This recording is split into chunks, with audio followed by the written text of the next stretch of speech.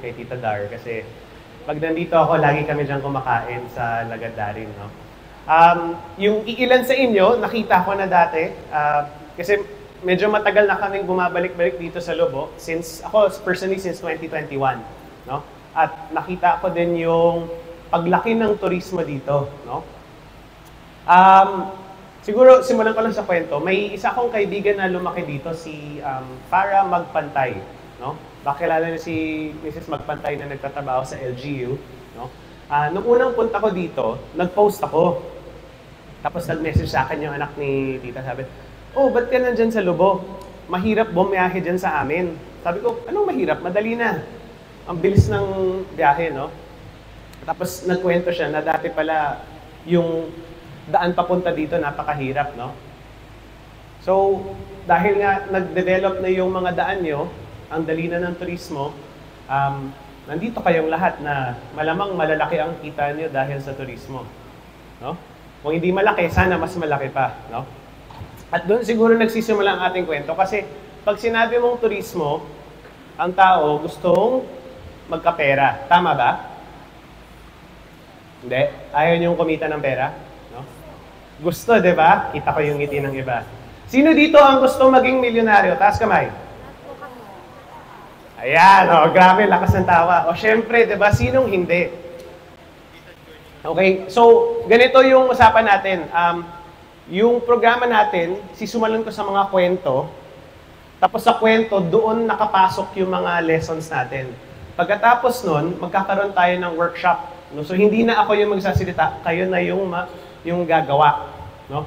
Kasi ang gusto ko sana magawa dito, pag alis nyo, meron kayong mga plano kung paano bawasan yung basura, kung paano gawing pera yung basura, at kung paano pagandahin ng kita ng negosyo nyo. Okay ba yun? Okay. Sige, so, pasok ka lang to dito.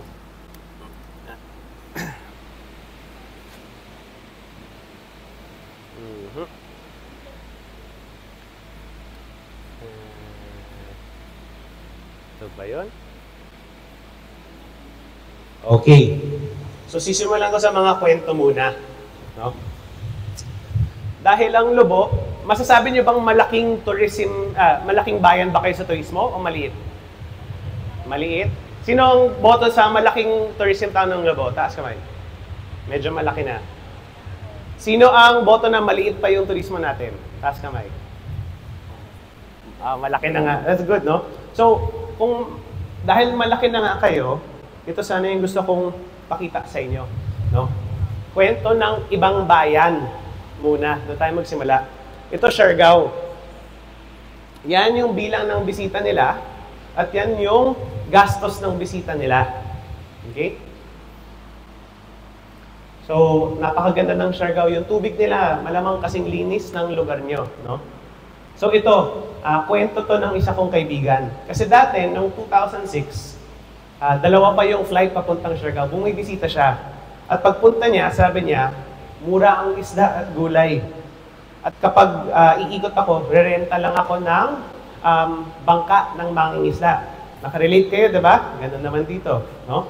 Sa gabi, tahimik, gigitara, tapos yung mga kaibigan ko, dadalan ko ng mga canned goods. No? Ipagpapalit sa mga sariwang isda. Kasi noon, sa isla, yung canned goods, minsan lang yan. Pero yung sariwang isda, sariwang gulay, madalas yan. No? So, siya, tuwang-tuwa siya. Ang Siargao ngayon. Ito yung nangyari. No? Surf instructor, nagpa-picture siya. Sabi niya, 2018 po, pagkatapos ng Siargao the movie, yung direct flight nagkaroon na po. So, hindi na 2 flights, 1 flight na lang. So, mabilis na. No? Quiet nights. So, hindi na tahimik ang buhay sa amin. Ang daming party kung saan-saan. Inuman. No? Tapos, yung mga babae na lalasing, may mga lalaking nakaabang. Ang hirap. Pagkatapos nun, yung mga motor, daming nagpaparenta. Lasing din yung mga nagmamaneho. Tapos yung pagkain, nagiging mahal kasi lahat ng resort, kinukuha na yung pagkain. No? So yung mga tao, lumaki nga yung kita, ay lumaki din yung gastos. No? Dati, ang mangingisda doon, laging sariwa kinakain. Ngayon, dahil binili na lahat, ang kaya na lang niyang bilhin yung canned goods. Pero yung mga sariwa, hindi na niya kaya. Bali sa Siargao, nagbaliktad yung buhay. No? Yun yung unang kwento ko, Siargao. Pangalawa, San Felipe, Zambales. Dito po, nagtayo po kami ng maliit na resort noong 2011. No? Ngayon, wala na po. Dahil nalungkot din ako sa kwento. No? Ito po siya, Liwliwa. Baka nakita nyo kasi maraming mining ngayon dito sa balita. No? Ang ganda niya. Noong una kong bisita sa Liwliwa, 2011, ang laki, ang tahimik, at ang linis. Isang beses ka lang sa isang taon kailangan magpulot ng basura. Okay na yon, no? Dumami ang resort. Umabot ng 70 resorts. So kayo 200, sila 70, no? Anong nangyari? Ganito na kung saan-saan. Yung bisita, bastos. Nagtatapon kung saan-saan. Halimbawa, ikaw may-ari, tatapon sa'yo, tapos aalis, tatawa ka. No? Nagbago ang lahat, 2018, no? Yung mga bisita, walang respeto. Yung mga tao, laging lasing, laging maingay. Yung mayor, ang ginawa niya, nag-deputize siya ng mga surf instructors. Pwede na kayong manghuli sa nagtatapon ng basura. Pero ano nangyari? Nakikipagsakakan yung bisita sa nanguhuli ng basura. No? Ang hirap, no? So yun. Ngayon, weekly, kailangan na nila mag-lace. Bawat linggo. Dati, isang beses sa isang taon. Ngayon, bawat linggo. At ako mismo, hindi na ako nag-swimming doon. Kasi, ang dami doon. Minsan nag-swimming ako, ang dami kong basura na katabi. Mas marami pang plastic kaysa sa tao yung katabi ko. No? Ang huli kong kwento sa inyo, Boracay. Ito marahil, alam niyo yung kwentong to. Ito talaga, napakalaki. 2 milyong bisita, 3,000 per visitor. Magkano kaya yun? Laki, di ba? Masyado na maraming zero, hindi na kaya sa calculator. Ito siya dati. Tahimik, mura, di ba? Pero nagdevelop, naging best island in the world, no? Best island in the Philippines. Pero umabot sa, kapag nag-swimming ka, magkakasakit ka. Alam mo ba kung saan may ganon? Sa Maynila, yung Manila Bay.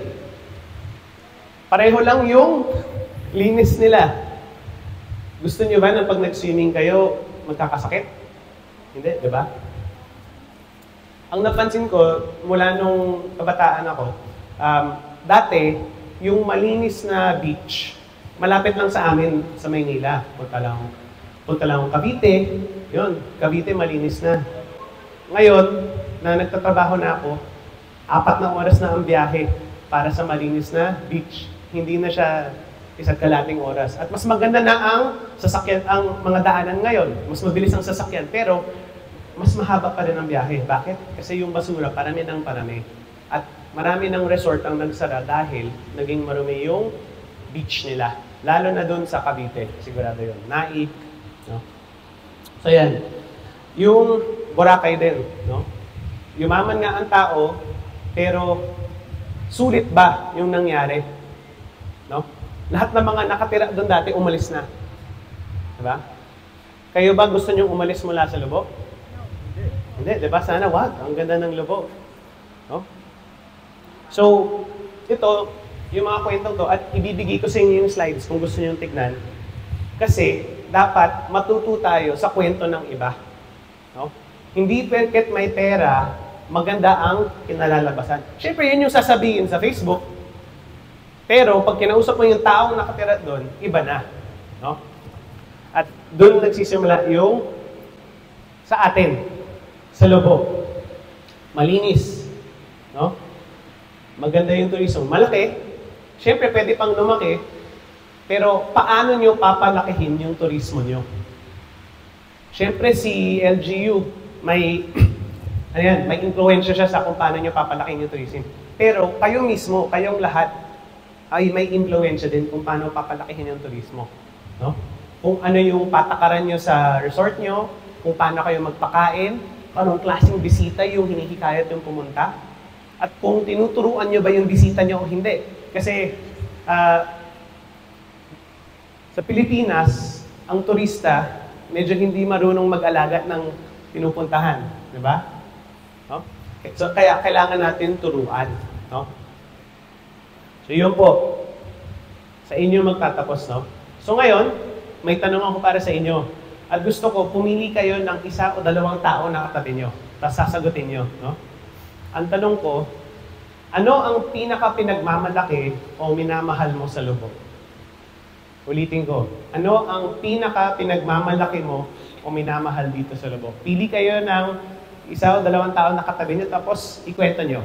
And then tatawag ulit ako. So, 2 minutes, kausapin nyo yung mga katabi nyo. Ano nga ba?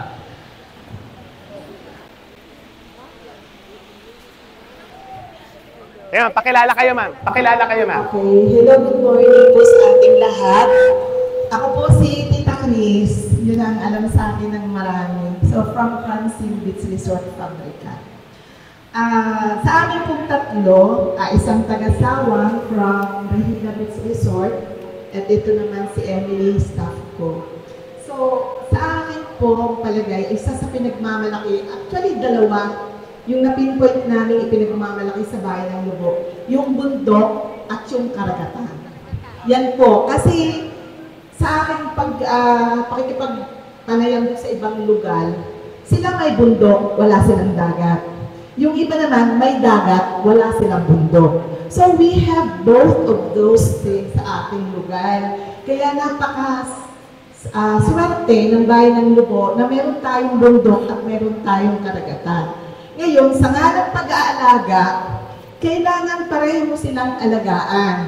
Pag dinenood natin, kinalbo ang bundok, pupunta yung basura, yung lupa, papunta sa dagat, sisirain ang dagat natin. So, masisira yung mga buhay na nandun sa dagat.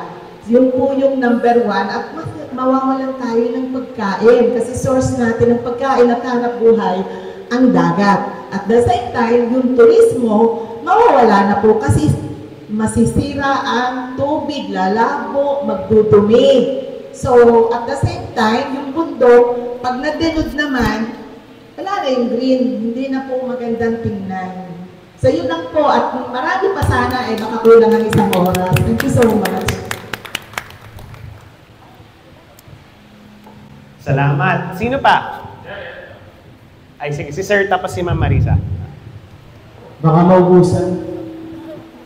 Ayun. Ang kasama ko po ay taga-Labien at Triple In. Hipon in. Triple In, yan. Okay. Ako po ay si Harold ng Submarine Garden Beach Resort. Yan. Magandang umaga po sa ating lahat. Bago lahat ay ako po ay sa mga nakakilala sa akin, una-una nakapagtrabaho po sa minahan, sa exploration. So, nalibot ko po yung buong Lubok ng 26 barangay. Sa totoo lang, napakaganda po ng Lubok. Mayaman po sa kalikasan.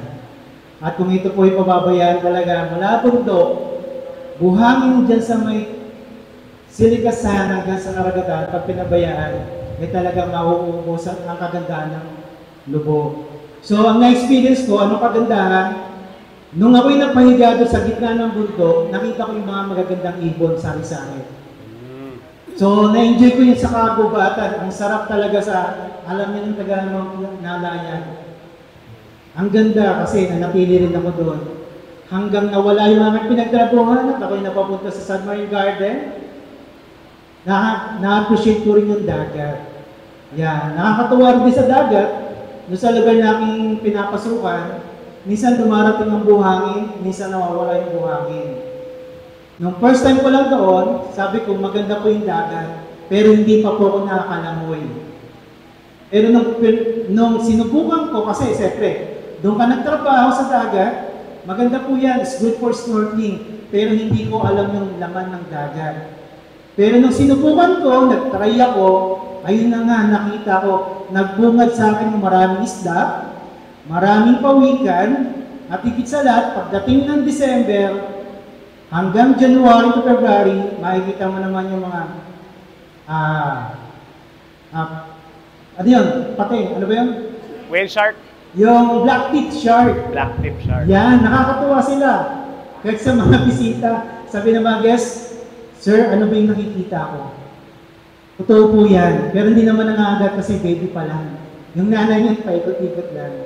Pero anyway, kaya mahalaga po yung kalikasan ng Bom Lubok. Ganon po kaganda ang bayan ng Lubok. Salamat. Palakpak naman tayo para sa kanya. Good morning po sa inyong lahat.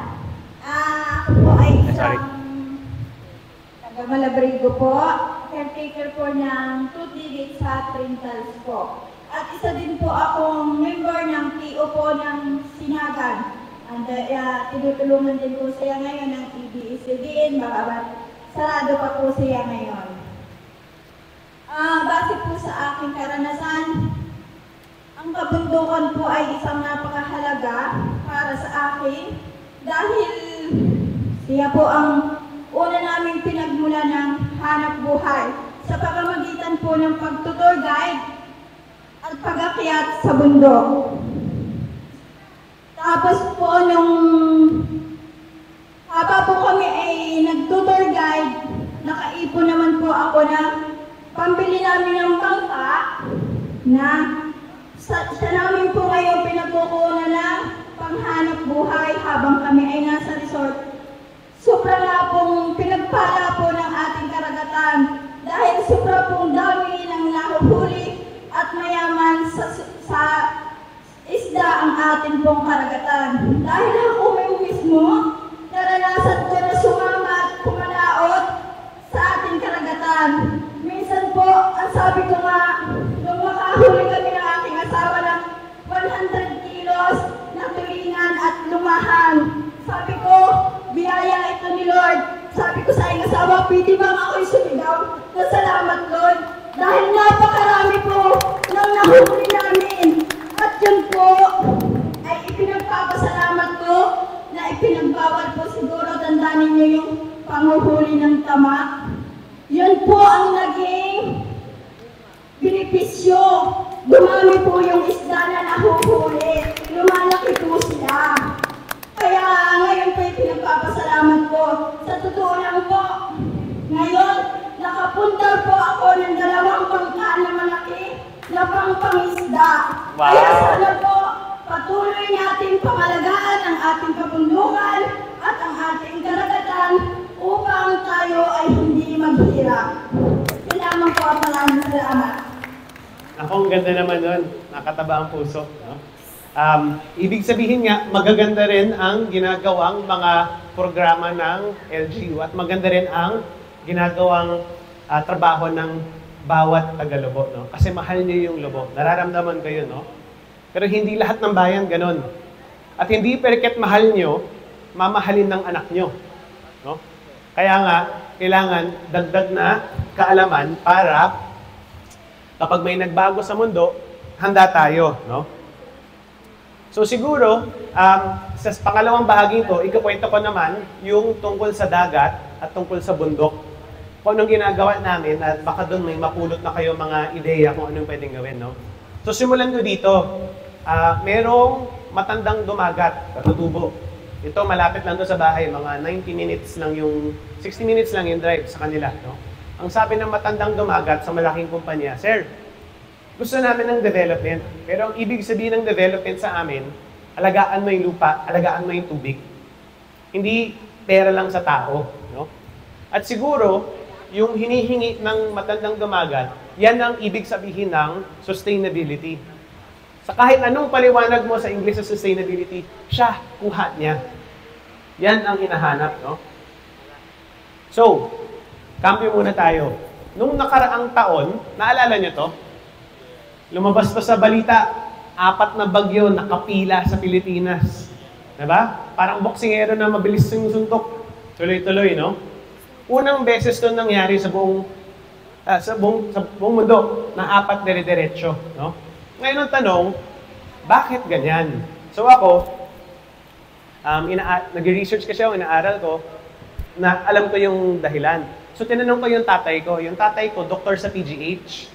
Nag-aral sa UP Diliman, ang pre-med niya, zoology so science. Sabi ko, "Pa, naintindihan mo ba kung bakit yan nangyayari?" Sabi niya, "Alam mo anak, Sa totoo lang, hindi masyado.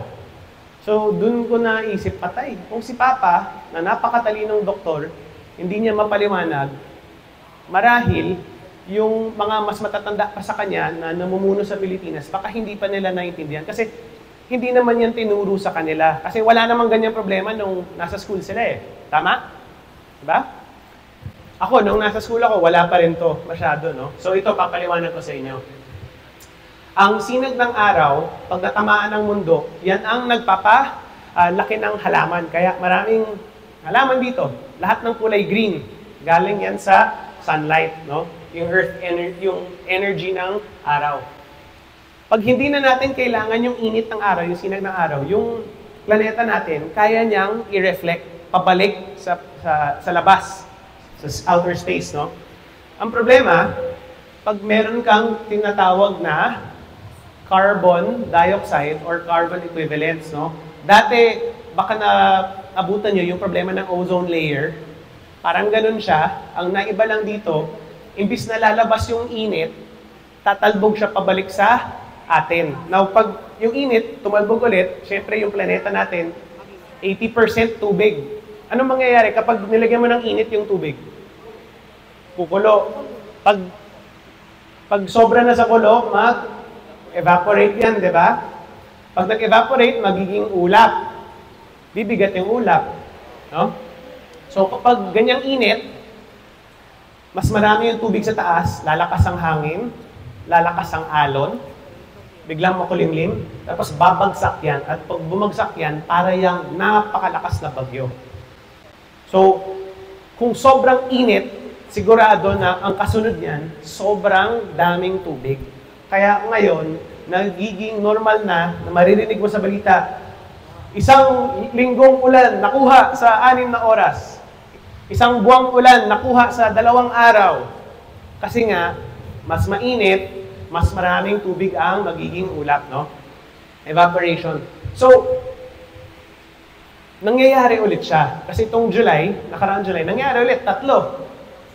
Hintayin natin yung October at November kasi hindi natin alam, baka mangyari ulit, baka 4 ulit, baka 5, o baka 3, hindi natin alam, no? Pero tuloy-tuloy siyang mangyayari. No? At ang pagkakaiba ngayon, kapag may bagyo, alala ko dati, nung grade school ako, pag may bagyo, masaya ako, oy, walang pasok. Ngayon, pag may bagyo, yung mga pamangkin ko, takot lahat. Baka kasi mabaha yung mga bahay nila. Wala naman kasing pinipili ang bagyo. Mayaman, mahirap, tabing dagat, kahit sa bundok, may baha. Sa Baguio, sa Tanay, Rizal, no? So, ang tanong, saan ba nanggagaling yung pampalakas ng bagyo at pampatindi ng init? So, ito po, nakabalangkas po siya, no? Yung una, yung pagpapandar natin ng mga sasakyan. Paano ba yung transportation natin? Yung gasolina. Kasi lumalabas sa tambucho, yan yung tinatawag na carbon dioxide, yung usok. Siya yung nagtatrap sa init sa loob ng planeta natin. Pangalawa, kuryente. Paano ba natin pinapaandar yung mga ilaw natin, sinacharge yung cellphone natin? Ang gamit ba natin, gasolina, generator? Marumi yun. Talagang iinit ang mundo niyan. Coal ba? Kasi maraming uling yung coal power plants, yung bansa. Or solar ba? No? Alam ko, ilan sa inyo, baka may solar na nakikita ko sa labo. Sa Maynila rin, nagiging uso yung solar kasi mura at mas malinis yung kuryente. No? Pangatlo, yung pagkain. Ano bang kinakain natin? Kasi mayroong pagkain na nakakatulong sa kalikasan at may pagkain na nakakapagparumi o tumutulong sa pag-init. Yung baka, yung beef, napakarami niyang, kasi yung baka, sa totoo lang, nakatato, diba umuutot yan? Oo, totoo yan, ha? Yung utot niyan, grabe yung carbon na lumalabas. So, kung kumain ka ng isang cheeseburger, quarter-pounder cheeseburger, ang katumbas nun sa gasolina, sa isang Honda Civic, ay 22 kilometers. Ulitin ko, isang quarter-pounder with cheese equals 22 kilometers ng usok mula sa isang Honda Civic. Ang chicken burger, 5 kilometers lang. Ang pork burger, mga 7 kilometers lang worth. Kaya pag nandito kami, baka si Tita Dar, nalahalata niya, hindi kami nag-order ng beef. Wag na. Baboy na lang. Total, sa Pilipinas naman tayo. Magaling tayo sa lechon at ibang baboy, no? Yon.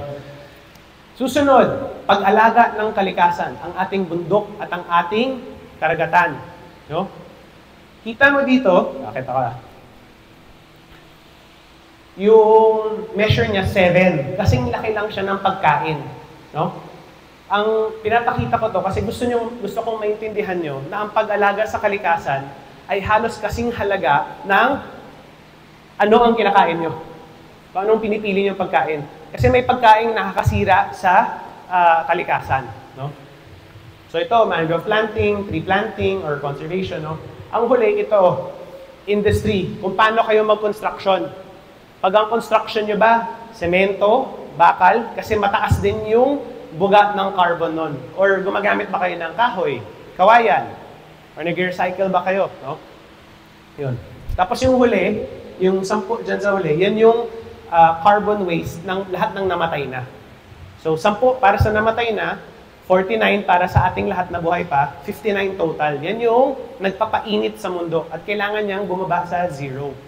Kung gusto nating huminto yung paglakas ng ulan, pagtindi ng init. No? At nakakatakot na ngayon ang pagtindi ng init. No? Kasi ngayon, pag summer, ang public school, magsususpend ng classes sa ibang lugar pag 42 degrees Celsius. Automatic suspended class. No? Kaya nyo pa bang magbasa kapag 40 degrees Celsius na ang kwarto? Hindi, di ba? Hirap, no? So, ito na po ang nangyayari sa ating bansa. No? Ang mga magsasaka nating kawawa kasi minsan 1/4 or 1/3 ng kanilang kita nawawala kasi malakas ulan or may matinding tag-init. Alam ko yan, nangyayari yan sa taas, sa Haibanga minsan, no? Yung nagbebenta ng asukal sa atin, ganun ang nangyayari, no? Yung ating karagatan, umiinit. Kapag ang tubig uminit, ang isda nasa-stress, minsan hindi na yan manganganak. Pag sobrang init, yung mga corals, yung bahura, hindi na rin yan lalaki, baka mamatay pa, no? At sa dulo, ito sa Kasiguran, Aurora, 60 degrees heat index, pumalo ng 60. No? Ano po ba ang maximum heat index ng Lobo nung nakaraang 2 taon? Alam niyo po ba? 40 yata, 40 to 42 yan sigurado. No? Imagine nyo 60, ang init.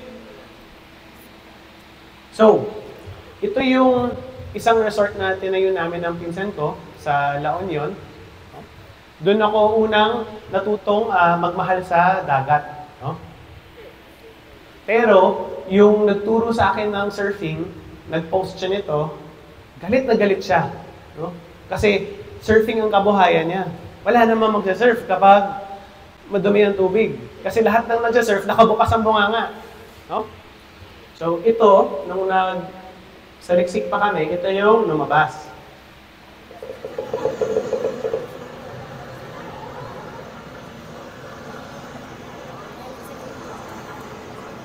Daming basura, no? Unli.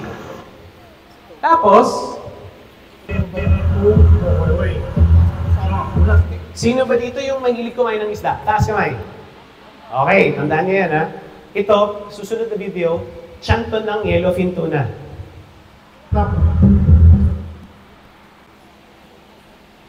Yung tinapon natin, o yung tinapon ng bisita natin. Ayan na, nasa tiyan ng yellowfin. Kakain pa ba kayo nito? Parang ayaw nyo na, di ba? Oo daw, si Tito Dar. Suklay, no? Bottle cap. Tapos meron pa. Asin. Sino dito ang nag-aasin? Siyempre tayo lahat, di ba? Yung plastic, pumapasok sa asin.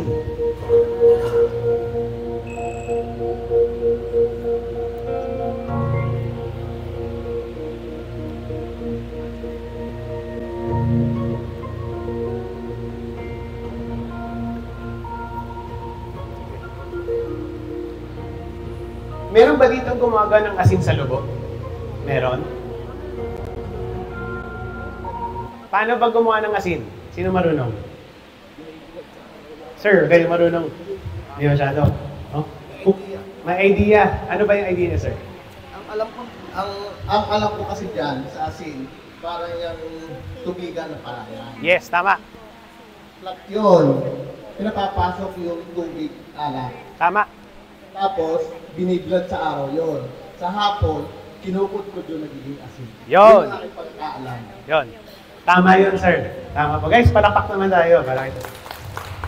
Yun ang original na paggawa ng asin. At yun yung masarap na asin. Pero, kapag may plastic, minsan yung plastic sobrang nipis. Mas manipis pa siya sa buhok mo. Makikita mo pa ba yun? So, nakakain ng tao. No? At ito nga, syempre, yung hayop din, kawawa. No? So, kanina, nakwento, napakaraming isda sa lobo. No? Yung ibang isda, syempre, wala namang malay yan tulad natin. Ano ba yung classic sa kanila? No? Ito, nag-scuba diving. No? Yung dolphin, wala. Stuck siya dyan, no? Kawawa. Yung pawikan, may nakain na straw. Ito yung shark. Hindi ko lang alam kung black tip shark siya.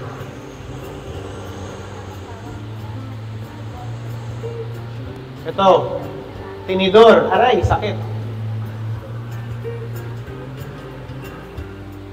Ibon.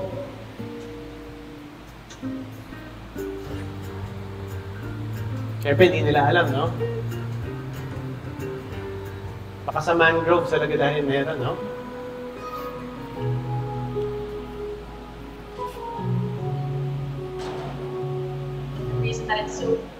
So, yun, no?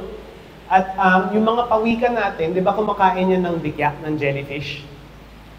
Ang plastic bag, mukha siyang dikya sa ilalim ng tubig. No? So, baka kaya kinakain siya lagi ng pawikan. Kaya, minsan namamatay sila. No? Dahil doon.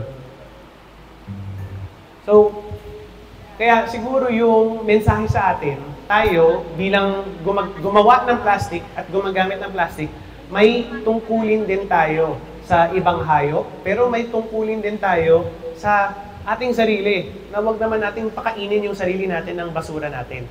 No? At ito, baha.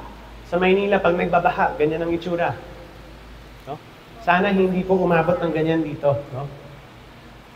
So, ang syudad, mas maraming basura ang naproproduce. No? So, sa Maynila, 700 grams per day per person. Sa mga probinsya, o sa labas ng Maynila, mas kaunti. Sa inyo, baka 300 grams. Baka nga mas kaunti pa eh.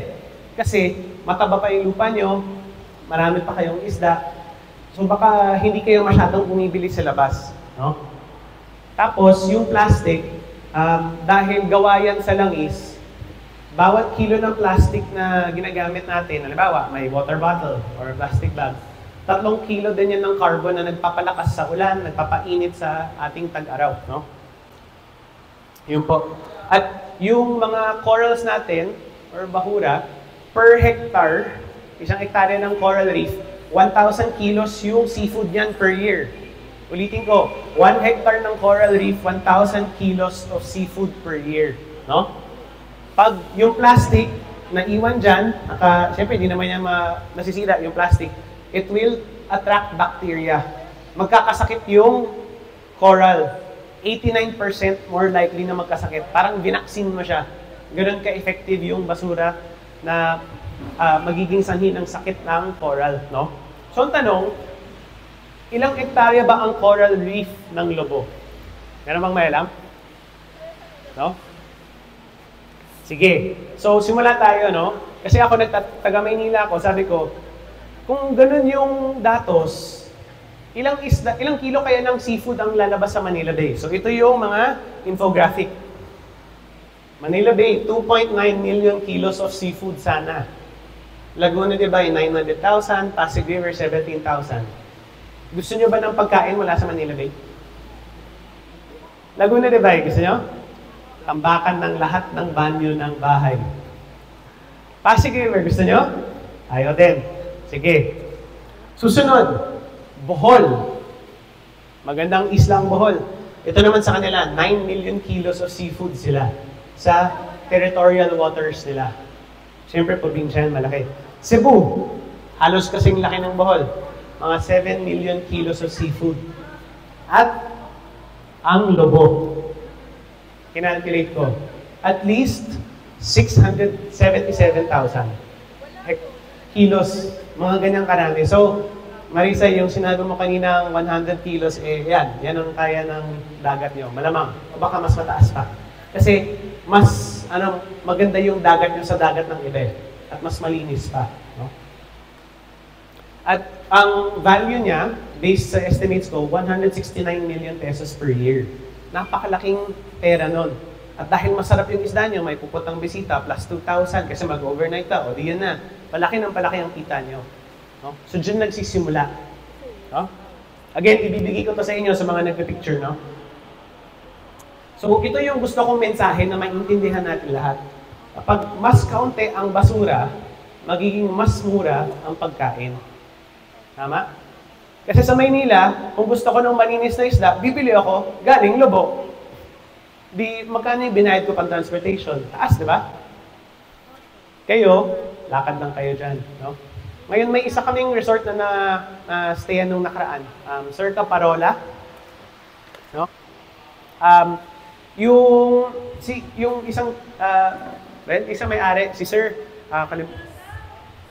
hindi, yung tatay ni Remus. Yung tatay ni Sir Remus, nagkwento sa akin, nung bata daw siya, nakita niya yung Lobo na nakita niya yung Batangas na wala pang dynamite fishing. Kasi 80 plus na siya eh. Sabi daw niya dati, maglalakad siya ng 50 meters hanggang bewang lang. Pag namingwit siya, 100% pag uwi niya may pagkain. Tapos, nung nasa mga high school college na siya, nakita niya na naging uso yung dynamite fishing sa Batangas. Biglang namatay halos daming coral, no? Tapos pinagbawal, bumalik, no? Ngayon, sa pagbalik ng dagat, sabi ko, Sir, mas maganda ba noon nung bata ka o ngayon? Ang sagot niya, noon. Kasi ngayon daw, yung pamangkin niya, kailangan pa rin lumaot para makahuli ng isda. Pero siya, hindi niya kailangan lumaot, maglalakad lang siya. At sigurado malaki na yung huli niya. No? So, maganda na yung dagat niyo, kaya pa niyang gumanda lalo. No? Yun yung potential niya. So, ang tanong, ano ba yung basura? Dito na natin kailangan suriin ng konti, no? Ang basura sa mga bahay, sa resort, ito usually yung breakdown, no? Halos kalahati siguro niyan, pagkain, o buto, damo, yung balat, no? Lalo na kung may coconut kayo, ang bigat niyan, no? So, ganyan. Yung plastic, 18%, papel, 8%, damit, medyo malaki, 12% din, no? Tapos glass, metals, others. Ganyan usually, no? So, dapat alam natin kung ano yung basura para alam din natin kung saan i-match yung solusyon, no? So, yung ginawa namin magkaibigan, kanina nakwenta ko sa Loni, gumawa kami ng programa na turuan yung tao kung paano mag-segregate. So, ito yung nagawa namin proyekto. No?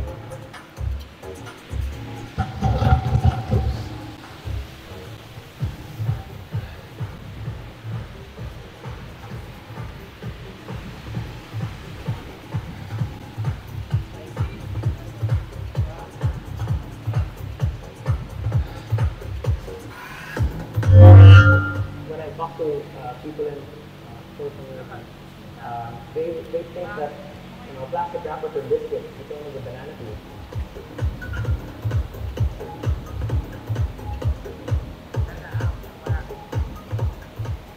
To start this movement. So, yung ginawa namin, nag-eksperimento kami, ginamit namin pampader yung ibang basura. Hindi para sa load bearing, no? Para lang sa mga divider, garden, no? So, itong pader, 1.5 tons yung timbang ng basura na nasa loob, no? Nabuo siya noong 2018, nandiyan pa rin siya hanggang ngayon, no? Imbis na nasa dagat, imbis na binaon sa lupa, doon na lang. Ngayon, maganda ba siya? Hindi. Ganda naman, pero syempre marami ding sabi sa amin, di naman yan talaga solusyon. Tinago mo lang, no? Tama naman sila, no? So naghanap pa kami ng solusyon at talaga ang tanong, gaano ba karaming basura ang kaya mong iwasan? Kasi, pag nandyan na, nakakatamad naman maglinis. Sino ba dito excited magtapon ng basura? Siyempre, wala, di ba? Sino bang ma-excite dyan? So, mas maganda na pag-isipan natin paano bawasan, no? At ito siguro ito yung nakita ko nung, kasi ito, mga 2019, bago mag-COVID, no? Kakain sa loob ng restaurant, pero ang daming take-out. Ito, kapihan to, no? Tingnan mo naman, lahat ng may bilog, lahat yan nag-take out. Pero tumambay ako dyan sa restaurant na yan ng 6 na oras, lahat yan nag-dine-in, no? So yun yung naisip ko, parang bakit ka gagawa ng basura na kaya mo namang iwasan? Nandiyan ka naman, at di na nabigyan ng baso. Bakit ipid pa yung restaurant? Kasi magkano ba ang cup? Magandang cup yan, mga 5 pesos siguro yan. No? Ano ba naman yung maghugas lang? So ito nga, ngayon, lagi kaming may baonan. No? Nakita ni ma'am kanina yung baonan ko. So ito, isang baonan na set. No? Tapos kapag nagpapakatering kami, kasi nag-organize kami ng mga tours, no? Minsan, walang kainan sa pupuntahan namin. So sabi namin, imbis na bumili kayo ng individual pack, kasi sakit yan ng Pilipino, gusto mabili. Sabi namin, kami na lang. So bumili kami ng ganyan. Ano yan? Parang 200 pesos per set. Tapos reusable siya. Tapos, ang ginawa namin, nakipag-partner kami sa isang karinderya. Ma'am, 50 orders niyan, 100 orders niyan, ganun lang. No? So, kumita yung karinderya, walang basura, masaya kaming lahat. No? Yun yung ginawa. No? At masaya yung mga bisita, kasi mas mura yung labas ng pagkain. Diba? So, ngayon, ito naman, merong mga produkto na pwede nyo ring tignan na gumagamit din ng recycled plastic waste. Nakakatulong din yan. No? So, ito, available to in Santo Tomas, Batangas. No?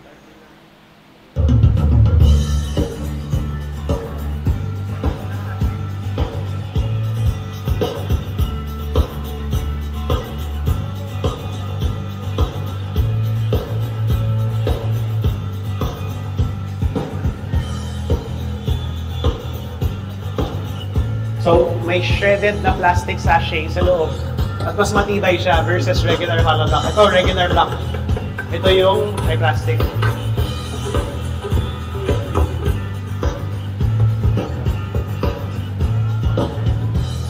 Diba? Mas matibay, no? So, dyan po, isa sa mga produkto. No? At ginagamit din siya sa Max Fried Chicken, sa Shell, sa McDo, no? Parking lot, o pang divider nila, sa lote nila. So, 7% nga lang yung plastic waste. Maliit lang. No? Pero nakatulong na rin, at least hindi na siya, nagamit pa siya kahit paano. Tulad ng sinabi ni Sir kanina na yung plastic, ginagamit ng cement companies. May porsyento ng kanilang fuel na pwedeng paggamitan, plastic, basta malinis. No?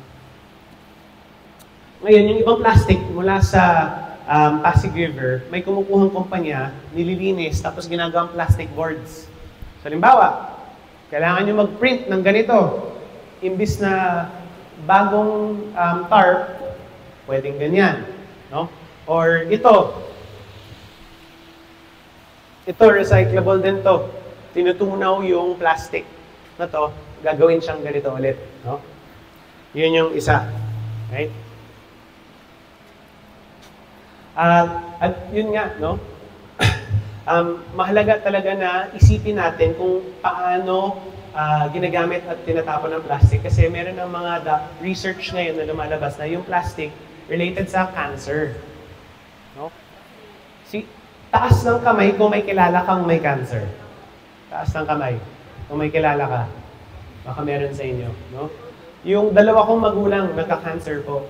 Kaya sobrang ingat namin sa bahay ngayon. At kaya sa akin, malapit to kasi hindi lang magulang ko, yung ate ng nanay ko, si tita, yun yung kinamatay. No? Si lola, ganun din. No? Hindi naman uso yung cancer noon eh. Ngayon lang yun lumabas eh. No? So, ngayon, anong gagawin natin sa basura? No? Sinasabi nila, mag-recycle. Good ang recycling. Pero, kailangan level up tayo, no? Yung reduction, yung pagbawas, mas maganda. Diba? So, imbis na tayo, pag may bisita, ay, kailangan ko na to, kailangan nito. Ay, pabili nga dun. Reactive. Ang gusto natin gawin dito, maging proactive tayo, magpaplano tayo. No? So, yung production ng plastic sa Pilipinas at sa buong mundo, paakit, ganyang kataas, kabilis ang pag-akit. Pero yung recycling, hindi makakahabol. Kasi masyadong maraming plastic ang ginagamit, no? At baka sabihin nyo, may pera naman sa plastic. Meron nga. 2 hanggang 20 pesos per kilo yung PET bottle. Yan, yung bottle na Nature's Spring. Kung maka 1 kilo ka niyan, 2 pesos hanggang 20 pesos. Sulit ba? Maliit pa, no? Yung halaga. Maliit. So, ayun, no? Ito yung mga ibang pwedeng gawin, no? And at this point, nag-print kami. Actually, matayo ang na-print, no? Jess, pwede patulong lang. Ito. Actually, ma'am, pwede patulong. Ma'am Banji. Yep. Sige. Pahawak. So, ito, ayan. Ang bawat card na to, kumpanya. Ang bawat kumpanya na to, solusyon siya. Solusyon sa pagbawas ng basura o solusyon sa pag-recycle ng basura. Actually, Jess, pwede ka dito. Ayan. Dito ka, Ma'am Magic. Dito ka dito. Ayan. So yung una, ito, si Sentinel Upcycling. No? Ito, gumagawa siya ng mga basurahan, dividers, trays, hangers, crates, pati silya. Lahat recycled plastic, no? So pwede niyong magamit, no? Pati nga lamesa kaya nila kasi ito plastic to, diba? Ang susunod, itong kumpanya, Ripple X. Sila naman ang negosyo nila, marami silang sabon, yung liquid soap, dishwashing detergent, laundry soap, toyo at suka. Pero ang ginagawa nila, pupunta sila sa sari-sari store. Uy, mag-dispenser kayo. Wala nang mga individual sachet. So pag bumili ka, per 100 ml. So ito, mas mura yung mga binibenta nila kaysa sa standard, no? 30% cheaper, tapos nabawasan tayong basura. So yung mga kliyente, yung mga bibili na bahay, magdadala na ng bote. Yan to po, pabili. So yun yung ginagawa. Oh, next. Ay, ito pala, nasa 1,000 sari-sari stores sila sa Quezon City at Marikina. Sana dito meron din, no? Ito naman, medyo kakaiba ng konti, ang kabataan ngayon kasi, kung napansin nyo, mahilig na ang damit nila, pabago-bago. Napansin nyo yon? Kasi uso sa TikTok o sa Facebook na dapat laging bago yung damit. So ito, imbis na bumili ka, kasi lalo na sa babae minsan, gagamitin ilang beses tapos hindi na, ito, magrenta ka na lang ng damit. Kung gagamitin mo lang naman ng 1-2 beses, renta ka na lang, hindi mo rin tatapon. Kasi nga, malaki din ang basura mula sa damit. No? Ito, pangatlo, kung magne-negosyo ka sa basura, o halimbawa si LGU, naghahanap ng recycling, gumagawa sila ng mga makina para i-recycle yung plastic. At kaya din nilang gumawa ng tinatawag na plastic lumber. So, example lang, kita nyo tong bakal na to? No? Kung mas maliit yung kwarto, baka may 2x4 na kahoy, di ba? Kaya nalang gumawa ng 2x4 na plastic. Napakatigas din. No? So yung mga basurang plastic, kinukuha, ginagawa ng 2x4. No? Ito naman, ito bagay din to sa Lobo. Sila naman, kinukuha lahat ng baon ng niyog. Di ba? 54%, kalahati ng basura natin, organic. So sila, lahat ng coconut, yung skin, yung sa loob, gagawin nilang uling. No? Imbis na kahoy yung inuuling, yung coconut, no? Pwede nyo rin doon itong tingnan. At meron ding makina, baka pwede nyo rin inegosyo dito. No? Sino ba dito ang mahilig sa barbecue? Taas kamay. Kung mahilig ka sa barbecue, gumagamit kayo ng uling. Di ba? Saan galing ang uling nyo? Yun ang tanong ko. No? Sana sa nyog, di ba? Dapat. Kasi ito, toothbrush, pagsisipilyo. Halos lahat ng toothbrush natin sa bansa, plastic. Ito, kawayan. Pwede naman, di ba? Simple lang. Tapos, itong kumpanya naman, Alon and Araw, sila, ang ginagawa nila, kapartner nila yung mga public schools. Tapos, may libreng sports program yung mga school. Ang kapalit nun, yung mga bata magpupulot ng basura sa dalampasigan. Tapos yung basura, nire-recycle. No? So yun, pwede rin yung gayahin yung sistema. No? At yung mga gustong bumili ng basura, pwede namin ipakilala sa bayan ng Lubog. No? Next. Ito naman iba. Ito, pag nabasa, basura na to, di ba? Yung computer nyo, ganun din. Yan ang kinukuha nila. Yung mga hindi na gumagamit na cellphone, laptop, washing machine, rice cooker, di ba? Sigurado meron tayong mga ganyan. Water dispenser, pwede na lang recycle, no? Yun. Ito naman, sabon at shampoo. Halos lahat ng sabon at shampoo natin, may packaging. Yung Safeguard, may packaging. Lagi yung nakikita, lalo na sa mga hotel, no? So sila, papel yung ginagamit, recycled paper, no? So, nababawasan yung plastic. At least yung papel na lulusaw, pwedeng i-recycle ulit, no? So, the EcoShift, mahahanap niyo rin to online, no? At pwede ko rin ipadala sa inyo, no? Next, itong River Recycle, ito yung gumagawa ng plastic boards kanina na pinakita ko, no? And then ito, si Junk Knot, ang ginagawa niya, mamahalin yung ginagawa niya. Interior designer siya, gumagawa ng mga furniture mula sa basura. No? So, pwede rin. Baka kayo, gusto nyo subukan, kaya rin yung mga fishnet ginagamit, mga Tetra Pak ginagamit nila. No? Tapos siguro ito, si Ako Packaging, ito naman, may binibenta silang plastic, pero hindi siya gawa sa langis. Gawa siya sa cassava. No? So, kamoteng kahoy. No? Yun yung plastic niya. Hindi lang siya kasing tibay. Mas mabilis siyang malusaw. No?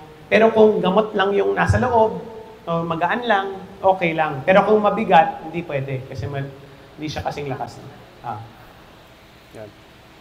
Tapos ito, isa to sa mga unang nagka-catering na walang plastic. Kasi pag nagpapa-event kami, naku, ayoko na isipin yung pagkain. Sino mo pwede mag-catering pero dapat walang basura? O, sila, kaya nila. No? At malamang sa Lobo, ang inisip ko, sino yung unang magpapa-zero waste catering o zero waste na picnic? No? Magiging uso ba yun dito? Kasi nakikita ko, magiging uso na yun sa mga kumpanya. Lahat ng kumpanya na sinaservice namin, yun na rin yung hinihingi. No? Ayun. So, iwanan ko lang ito mamaya, dyan. Pwede kayong umikot at picturean, no? And then ito nga, baka ang tanong nyo rin, anong ginagawa ng gobyerno natin, yung national government, no? So merong batas, ang tawag EPR law. Ngayon, dati kasi, ang nangyayari, kapag may basura, ang sasabihin ng kumpanya, gobyerno, kasalanan mo naman, dapat mag-aayos ka. Kunin mo yung basura, di ba trabaho mo yan? Yan ang turok nila sa gobyerno. Ang sagot naman ng gobyerno natin at gobyerno ng 77 na bansa, ikaw na nagbebenta ng plastic, so pwedeng si Coke, pwedeng si Unilever, pwedeng si Safeguard, kayo ang gumawa ng plastic, kayo gumagamit, kaya kayo din maglinis, kaya ito batas na. So kung magbebenta ka ng 100 pieces ng plastic, itong 2025, kailangan mong magpulot ng 50. Next year, 2026, pag nagbenta ka ng 100, pupulot ka ng 60. At pagdating ng 2028, mamumulot ka ng 80%. No? Ayun. Anong oras na ba? Time check. Sige.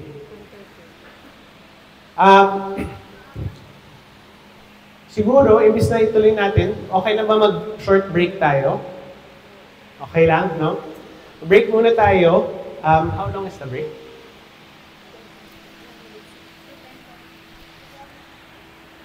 15 minutes? Mga 15 to 20. Okay. So, 15 minutes tayo, break muna.